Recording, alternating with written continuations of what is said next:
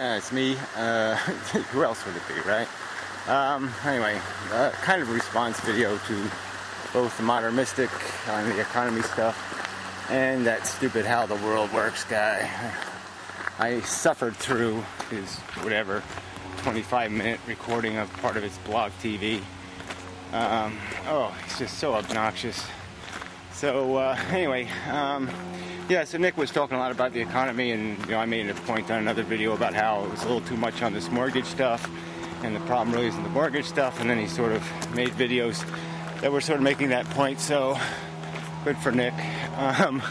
This is a long coming disaster. People are talking like, oh yeah, it just happened 5 years ago, no real big deal, just gonna be a recession, it's just the mortgage thing, No, it's decades of borrowing money, both personal and the federal government, and using that borrowed money to inflate growth figures, so then you can say stupid idiotic things like, oh, a percentage of GDP, our debt is only, it's when you incorporate your own debt into your numbers, well, then it doesn't make any difference.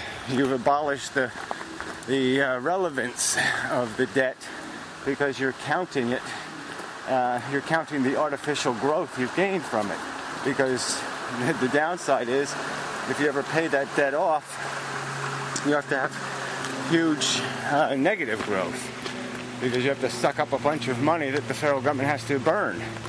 So you have to take back a bunch of money from people and burn it, creating deflation.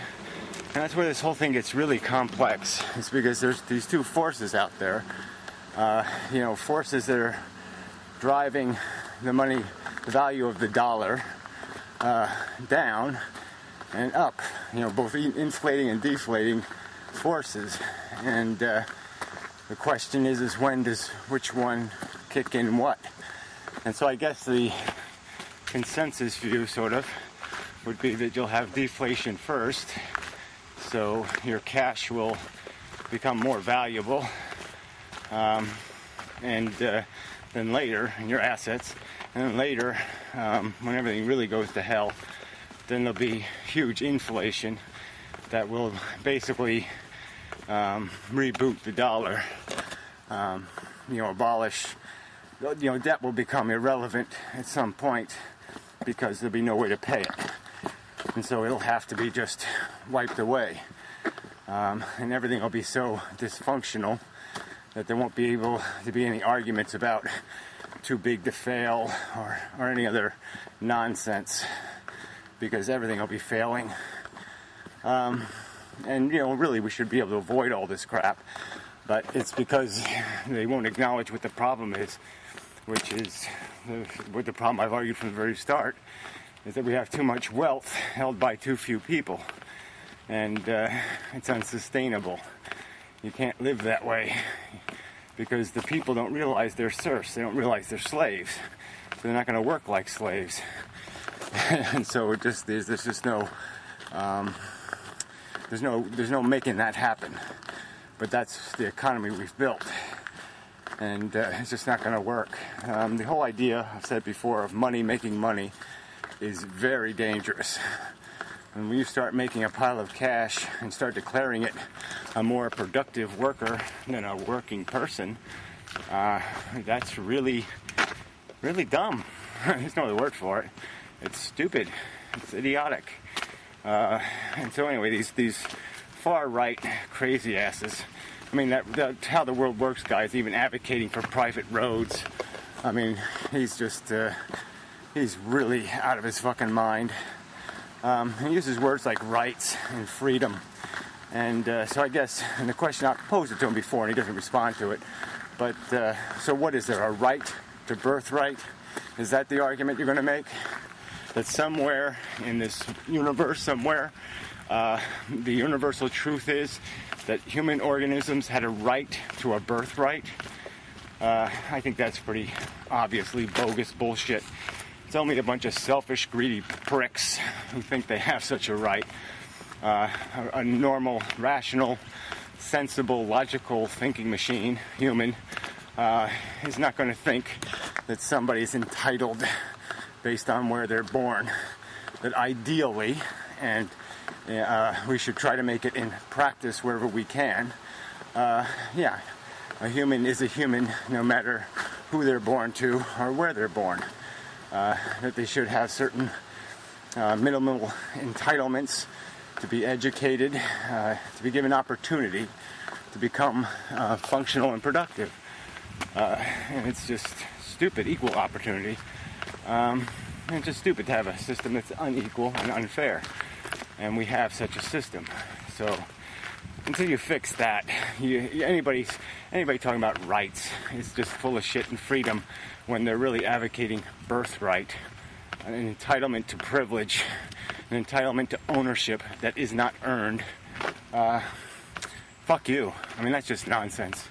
You got a long way to go. You gotta fix that one before you talk about the crazy liberals or socialism or some other bullshit.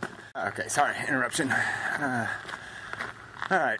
So anyway, this it really is ABCs of this whole pull yourself up by your bootstraps, earn your way in the world, all this bullshit talk, and then they all endorse legacy wealth, allowing ownership, probably the most valuable thing in our economy, to be distributed based on elitist notions of who has earned something, because they have the right blue blood. It's such a pile of shit. Yeah, I mean, really, there's no race here. And when most of the capital, of the capitalist system is being controlled in such a manner, being controlled by the widow or, whatever, Strom Thurmond the Fourth, whatever, some other crap, the prince, then it's a bullshit game. And but anyway, it doesn't have anything to do with the fact that it's gonna crash anyway. Like I said, as soon as you create a system that makes money, capital, surplus, more valuable than a worker, you've made a big, giant mistake. And when you're paying lazy money more than you're paying a hard worker, there's no rationality to your economic system, and it won't succeed in the end. And this is all going to crumble. But Obama's a disgrace because Nick's right. He must have intelligent guys telling him, hey, you want to know something? This whole thing is fucked up. He must be able to do that and have people advising him of that, and they must have strategized about it. How do we do? What do we do? How do we fix this?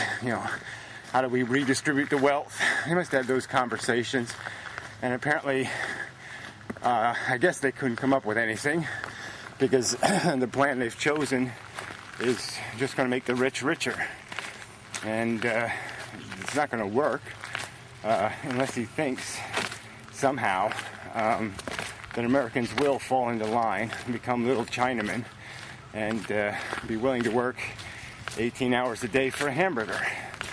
But I don't see that happening. So Obama's going to be a huge failure. And I guess he doesn't care. I mean, he's got money in the bank. He's another one of these guys who just wanted to be president because he said, gee, I want to be president. Satisfies my ego dream. That's what I see for myself. I'm the man. I'm so great. I must be president. But he has no clue what the fuck to do with the job and the power. Okay, enough time for a little add-on, I think. Sorry, interruptions. Anyway, so the How the World Works guy, argued in one of his videos that the government basically took over the auto industry, American auto industry. No, that's not what happened. American auto industry went bankrupt. He makes it sound like they're some sort of dictatorship that is trying to suppress everything, and he's even ragging on Dan Rather, suggesting there should be a public option regarding news production. And why not? Why not have a parallel system? A government system, a not-for-profit system, and the for-profit system. And if the for-profit system can win and beat out the government system, well then fine. But I don't think that's going to happen. Again, How the World Works talks, but he doesn't He doesn't follow the dollars.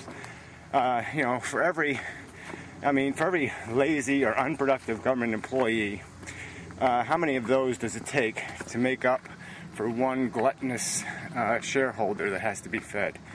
I mean, it's just, the numbers are preposterous. Government waste is wasted, you know, paying somebody a reasonable salary.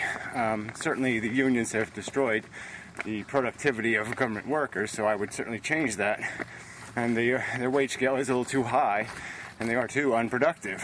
But they're still a hell of a lot better as workers than some rich fat ass, you know, sitting on their capital and expecting a 10% return. So it's just a bogus argument if you're going to sit there and really calculate who's getting something done and who's not.